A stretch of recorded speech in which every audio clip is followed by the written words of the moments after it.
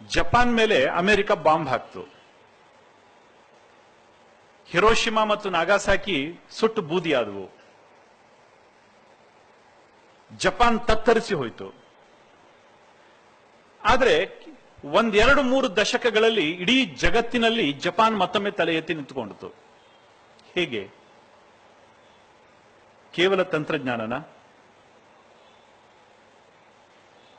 ಅಥವಾ ಎಲ್ಲ ಜನರಿಗೂ ನಾವು ಉದ್ಯೋಗ ಕೊಟ್ವಿ, ಜಪಾನ್ ಭಾರಿ ದೊಡ್ಡ ದೇಶ ಆಗ್ಬಿಡ್ತು, ಇದೇನ ಕಾರಣ? 1800 ವರ್ಷಗಳ ಕಾಲ ಜಗತ್ತಿನ ಭೂಪಟದಲ್ಲಿ ಒಂದು ದೇಶದ ಅಸ್ತಿತ್ವನೇ ಇರಲಿಲ್ಲ. ಇಸ್ರಾಯೇಲ್ ಹರಿದು ಹಂಚಿ ಹೋಗಿದ್ರು ಜನ. 1800 ವರ್ಷಗಳ ನಂತರದಲ್ಲಿ ದೇಶವನ್ನ ಪುನಃ ಕಟ್ಟಿಕೊಂಡ್ರು, ತಮ್ಮ ನೆಲಕ್ಕೆ ಹೋದ್ರು. ಅಲ್ಲಿಗೆ ಹೋದಾಗ ಅವರಿಗೆ ಸಿಕ್ಕಿದ್ದು ಬರಡು ನೆಲ, ಹನಿ ನೀರಿಲ್ಲ, ಬಾವಿ ಹೊಡೆದ್ರೆ ನೀರು ಕೂಡ ಬರುವುದಿಲ್ಲ. ಇಡೀ ದೇಶದಲ್ಲಿ ಒಂದು ಕೆರೆ ಇದೆ, ಒಂದು ಜಲಾಶಯ ಇದೆ. ಸಮುದ್ರದ ನೀರನ್ನ, ಉಪ್ಪು ನೀರನ್ನ ಭಟ್ಟಿ ಇಳಿಸಿ ಕುಡಿಬೇಕು, ಈ ಸ್ಥಿತಿ ಇತ್ತು. ಕೃಷಿ ಇಲ್ಲ, ಕೈಗಾರಿಕೆ ಇಲ್ಲ, ಏನೂ ಇಲ್ಲ. ಇವತ್ತು ಜಗತ್ತಿನ ಅತ್ಯಂತ ದೊಡ್ಡ ದೊಡ್ಡ ರಾಷ್ಟ್ರಗಳು ಅಂತ ಯಾರು ಕರೀತಾವೆ, ಆ ಎಲ್ಲ ರಾಷ್ಟ್ರಗಳಿಗೂ ಇಸ್ರೇಲ್ ಬೇಕೇ ಬೇಕು. ಇಸ್ರೇಲ್ ಇಲ್ಲದೆ ಇದ್ರೆ ಅಮೆರಿಕ ಕೂಡ ನಡೆಯುವುದಿಲ್ಲ. ಇಸ್ರೇಲ್ ಅನ್ನ ಕಟ್ಟಿದ್ ಯಾವುದು? ತಂತ್ರಜ್ಞಾನನ? ಹೌದು, ತಂತ್ರಜ್ಞಾನ ನಮಗೆ ಸಹಕಾರವನ್ನು ಕೊಟ್ಟಿರಬಹುದು. ಎಲ್ಲದಕ್ಕಿಂತ ಮುಖ್ಯವಾಗಿ ಒಂದು ದೇಶವನ್ನ ಕಟ್ಟಬೇಕಾದ್ರೆ ಆ ದೇಶದ ಬಗ್ಗೆ ಇರಬೇಕಾಗಿರತಕ್ಕಂಥ ನಂಬಿಕೆ, ಅಂತರಾತ್ಮಕ್ಕೆ ಗೌರವ ಕೊಟ್ಟು ಬದುಕಬೇಕಾಗಿರತಕ್ಕಂಥವನು ಮೇಲ್ನೋಟದ ಬದುಕನ್ನ ಒಪ್ಕೊಳ್ಳೋದಿಲ್ಲ. ಅಲ್ಲಿ ಅವನಿಗೆ ನಂಬಿಕೆ ಇರೋದಿಲ್ಲ, ಅವನಿಗೆ ಅಲ್ಲಿ ತೃಪ್ತಿ ಸಿಗೋದಿಲ್ಲ. ದೇಶ ಕಟ್ಟಬೇಕಾಗಿರತಕ್ಕಂಥ ಕೆಲಸ ಟೂಲ್ಸ್ ಮತ್ತು ಟೆಕ್ನಿಕ್ ಗಳಿಂದ ನಡೆಯುವುದಿಲ್ಲ, ಬದಲಾಗಿ ಈ ದೇಶದ ಅಂತಃಸತ್ವವನ್ನು ಬಡಿದೆಬ್ಬಿಸೋದ್ರಿಂದ ನಡೆಯುತ್ತೆ. ಜಪಾನ್ ಎದ್ದು ನಿಂತ್ಕೊಂಡಿದ್ದು ತಂತ್ರಜ್ಞಾನದ ಮುಖಾಂತರ ಅಲ್ಲ. ಈ ಜಪಾನ್ ಅನ್ನ ಯಾರು ಬೂದಿ ಮಾಡಿದ್ರೋ ಅವರೆದುರುಗಡೆ ತಲೆ ಎತ್ತಿ ನಿಂತ್ಕೊಂತೀವಿ, ನಾವು ಜಪಾನಿಯರು, ಸಾವಿಗೆ ಸವಾಲು ಹಾಕ್ತಕ್ಕಂಥ ಜನಗಳು. ಆ ಒಂದು ಮನೋಭಾವ ನಮ್ಮ ಜಪಾನ್, ಅದು ಆ ಜಪಾನ್ ಅನ್ನ ಎತ್ತು ಕಡ್ತು. ನೀರಿಲ್ಲದ ಮರುಭೂಮಿಯಲ್ಲಿಯೂ ನಂದನವನವನ್ನು ಸೃಷ್ಟಿ ಮಾಡ್ತೀವಿ. ಯಾಕೆಂತಂದ್ರೆ ನಾವು ಜೂಗಳು, ನಾವು ಯಹೂದಿಗಳು. ಆ ಒಂದು ಆತ್ಮಾಭಿಮಾನ ಇಸ್ರೇಲನ ಜಗತ್ನಲ್ಲಿ ಎತ್ತಿ ನಿಲ್ಲಿಸ್ತು. ಈ ದೇಶದ ಅಂತಃಸತ್ವ ಬೇರೆ ಇದೆ. ನಮಗೆ ಕೌಶಲ್ಯ ಬೇಕು,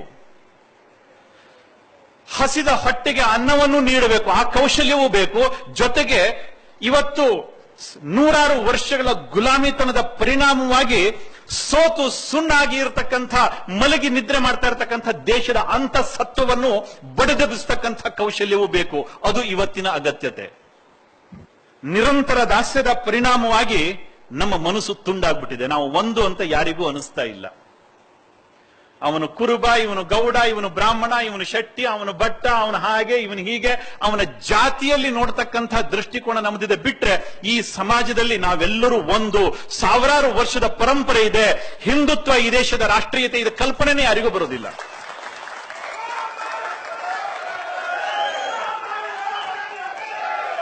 टूटे दिल से कोई खड़ा नहीं होता, छोटे दिल से कोई बड़ा नहीं होता. ನಾವು ತುಂಬಾ ಸಣ್ಣವರು ಅಂತಕ್ಕಂಥ ಇನ್ಫೀರಿಯಾರಿಟಿ ಕಾಂಪ್ಲೆಕ್ಸ್. ನಾವು ಅಮೆರಿಕ ತರ ಯೋಚನೆ ಮಾಡ್ಲಿಕ್ಕೆ ಆಗೋದಿಲ್ಲ, ನಾವು ಜರ್ಮನ್ರ ತರ ಯೋಚನೆ ಮಾಡ್ಲಿಕ್ಕೆ ಆಗೋದಿಲ್ಲ, ನಾವು ಜಪಾನ್ ಆಗ್ಲಿಕ್ಕೆ ಆಗೋದಿಲ್ಲ. ಈ ರೀತಿಯ ಕೀಳರಿಮೆ ಏನಿದೆ ಅದೇ ನಮ್ಮ ದೇಶದ ಅಂತಃಸತ್ವವನ್ನು ಕುಗ್ಸಿದೆ. ನಾವು ಎದ್ದು ನಿಂತರೆ ಯಾರ್ರಿ ನಿಲ್ತಾರೆ ಈ ಜಗತ್ನಲ್ಲಿ? ಮೊನ್ನೆ ನಡೆದಿರತಕ್ಕಂಥ ದಾವೋಸ್ ಶೃಂಗಸಭೆನೇ ಅದಕ್ಕೆ ಉದಾಹರಣೆ. ಒಮ್ಮೆ ಏನಾದ್ರೂ ನಾವು ಎದ್ದು ನಿಲ್ಲಬೇಕು ಅಂತ ತೀರ್ಮಾನ ಮಾಡಿದ್ರೆ ಜಗತ್ತು ನಮ್ಮ ಕಾಲ್ ಕೆಳಗಡೆ ಬಂದು ನಿಂತ್ಕೊಳ್ಳುತ್ತೆ.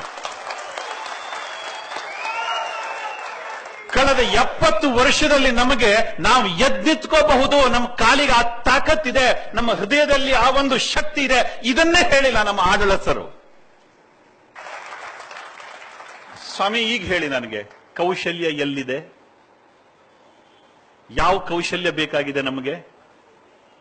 ಮಷಿನ್ ಮೇಲೆ ಕೆಲಸ ಮಾಡೋ ಕೌಶಲ್ಯನೋ ಅಥವಾ ಈ ಮಣ್ಣಿಗೆ ವಿಶ್ವ ದರ್ಜೆಯ ಮಾನ್ಯತೆಯನ್ನು ಕೊಡೋ ಕೌಶಲ್ಯನೋ? ಹೇಳ್ರಿ. ಒಳಗಡೆ ಇರತಕ್ಕಂತಹ ನನ್ನತನ ಒಮ್ಮೆ ಬಡದು ಎದ್ದು ನಿಂತ್ರೆ, ಸಿಡಿದೆದ್ದು ನಿಂತ್ರೆ ಜಗತ್ತನ್ನ ಗೆಲ್ತೀನಿ ಕಣ್ರಿ, ನಾನು ಜಗತ್ತನ್ನ ಗೆಲ್ತೀನಿ. ಆದ್ರೆ ಒಳಗಡೆನೆ ಕರುಪ್ತಾ ಕುತ್ಕೊಂತೀನಲ್ಲ, ನನ್ನ ಹತ್ರ ಆಗುದಿಲ್ಲ, ನನ್ನ ಹತ್ರ ಇಲ್ಲ, ನನ್ನ ಹತ್ರ ದುಡ್ಡಿಲ್ಲ, ನಾನು ಹಿಂದುಳಿದವ, ಈ ರೀತಿಯ ಕೀಳರಿಮೆಯ ಪರಿಣಾಮವಾಗಿಯೇ ನಾವು ಹಿಂದುಳಿದಿದ್ದೇವೆ. ಇವತ್ತು ಹಿಂದುಳಿದವರು ಅಂತ ಹೇಳ್ಕೊಳ್ಳಿಕ್ಕೆ ಒಂದು ದೊಡ್ಡ ಪ್ಯಾಷನ್. ನಾನು ಹಿಂದುಳಿದವನು, ನಾನು ಹಿಂದುಳಿದವನು, ನಾನು ಹಿಂದುಳಿದ ಪ್ರದೇಶದಿಂದ ಬಂದಿರುವಂತವನು, ನಮ್ಮ ಹಿಂದುಳಿದ ಪ್ರದೇಶ. ಏನು ಸಂತೋಷನೋ ಗೊತ್ತಿಲ್ಲ, ಏನ್ ನೆಮ್ಮದಿನೋ ಗೊತ್ತಿಲ್ಲ. ಈ ಕೀಳರಿಮೆಯಿಂದ ಹೊರಗಡೆ ಬಂದ್ರೆ ಎಲ್ಲೋ ಒಂದ್ ಕಡೆ ಜಗತ್ತಿನ ಆ ಒಂದು ಕ್ಷಿತಿಜದ ಆಚೆ ನೋಡ್ತಕ್ಕಂಥ ಒಂದು ಸ್ವಭಾವವನ್ನು ಬೆಳೆಸ್ಕೊಂಡ್ರೆ ನಾನು ಯಾರು ಅನ್ನೋದು ಗೊತ್ತಾಗತ್ತೆ, ನನ್ನ ತನ ಮೇಲೆದ್ದು ನಿಂತ್ಕೊಳ್ಳುತ್ತೆ. ಇವತ್ತು ಅಮೆರಿಕಾದಲ್ಲಿ ರಿಸರ್ಚ್ ಲ್ಯಾಬೋರೇಟರಿ ಇದೆ, ಸೈನ್ಸ್ ಅಂಡ್ ಟೆಕ್ನಾಲಜಿ ಬೆಳೆದಿದೆ, ಎಲ್ಲದೂ ಸರಿ, ನಾನು ಒಪ್ಕೊಂತೀನಿ. ಈ ಜಗತ್ತಿನ ಎಂಟೈರ್ ಸೈನ್ಸ್ ಅಂಡ್ ಟೆಕ್ನಾಲಜಿ ಎಲ್ಲ ರೆವಲ್ಯೂಷನ್ಗೆ ಬೇಕಾಗಿರತಕ್ಕಂಥ ಬ್ರೇನ್ ಅನ್ನ ಕೊಟ್ಟಿದ್ಯಾರು ಕಣ್ರಿ? ಇದೇ ದೇಶ ತಾನೆ. ನಾನು ಹೇಳಿದ್ರೆ ಅಥವಾ ಮತ್ಯಾರವರು ಹೇಳಿದ್ರೆ ಅದಕ್ಕೆ ಒಂದು ಬೇರೆ ಕೋಮುವಾದದ ಬಣ್ಣ ಕೊಡ್ತಾರೆ. ಆಲ್ಬರ್ಟ್ ಐನ್ಸ್ಟೀನ್ ಹೇಳ್ತಾನೆ, ಜಗತ್ತಿಗೆ ಇವತ್ತಿನ ಒಂದು ಅಭ್ಯುದಯಕ್ಕೆ, ಇವತ್ತಿನ ಕ್ರಾಂತಿಗೆ ಮೂಲ ನೆಲೆ, ಮೂಲ ಸತ್ವ ಬಂದಿದ್ದು ಭಾರತದಿಂದ. ಇದನ್ನ ಆಲ್ಬರ್ಟ್ ಐನ್ಸ್ಟೀನ್ ಹೇಳ್ತಾನೆ. ಜಗತ್ತಿಗೆ ಭಾರತ ಜೀರೋವನ್ನ ಕೊಡದೇ ಇದ್ರೆ ಇವತ್ತಿನ ಒಂದು ಆಧುನಿಕ ಕ್ರಾಂತಿ ನಡೀತಿರಲಿಲ್ಲ. ಅದನ್ನ ಆಲ್ಬರ್ಟ್ ಐನ್ಸ್ಟೀನ್ ಹೇಳ್ತಾನೆ. ಎಲ್ಲಾದ್ರೂ ಅನಂತ್ ಕುಮಾರ್ ಹೆಗಡೆ ಹೇಳಿದ್ರೆ ಅಥವಾ ಮತ್ತಾರು ಹೇಳಿದ್ರೆ ಇವರಿಗೆ ಚಡ್ಡಿ ಹಚ್ಚಿ ಕಳಿಸ್ತಿದ್ರು, ಅವ್ರಿಗೊಂದು ಕೇಸರಿ ಶಾಲ್ ಹಾಕಿ ಕಳಿಸ್ತಿದ್ರು.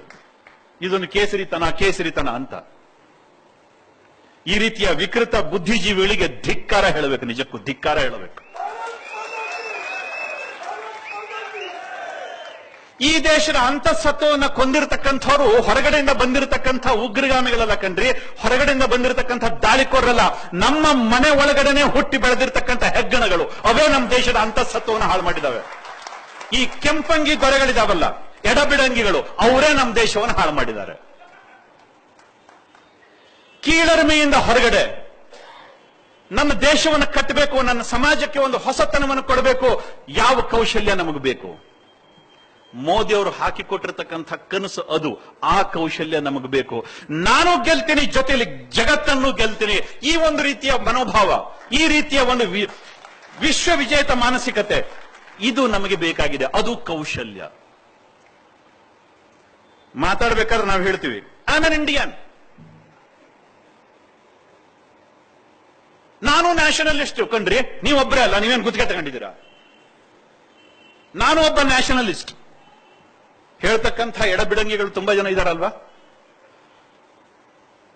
ಅವ್ರಿಗೆ ಕೇಳ್ರಿ, ಹೌದಣ್ಣ ನೀ ನ್ಯಾಷನಲಿಸ್ಟ್ ಅಂತ ಹೇಳ್ತೀಯಲ್ಲ, ಏನು ನ್ಯಾಷನಾಲಿಟಿ ಅಂತಂದ್ರೆ? ನ್ಯಾಷನಾಲಿಟಿ ಅಂತಂದ್ರೆ ಏನು? ನೀವು ಇಷ್ಟು ಪ್ರಶ್ನೆ ಕೇಳಿದ್ರೆ ಅವ್ನು ಲಾಗ ಹೊಡೆದೋಗ್ತಾನೆ.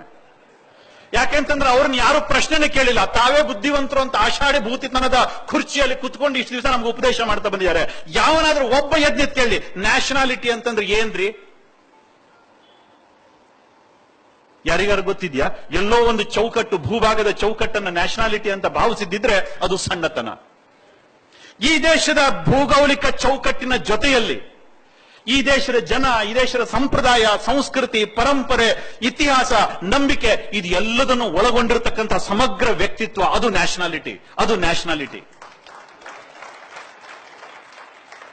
ಯಾರೋ ಹೇಳ್ಕೊಟ್ಟಿರೋ ಎರಡು ಅಕ್ಷರಗಳನ್ನ, ಎರಡು ವಾಕ್ಯಗಳನ್ನ ಕಲಿತು ಭಾಷಣ ಮಾಡ್ತಕ್ಕಂಥದ್ದು ನ್ಯಾಷನಾಲಿಟಿ ಅಂತ ಹೇಳಲಿಕ್ಕೆ ಆಗುದಿಲ್ಲ.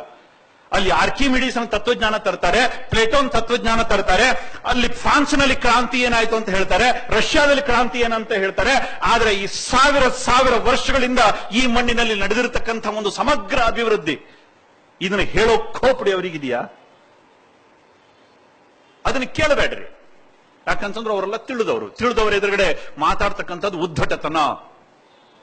ನೀವು ಮಾತಾಡಬಾರದು.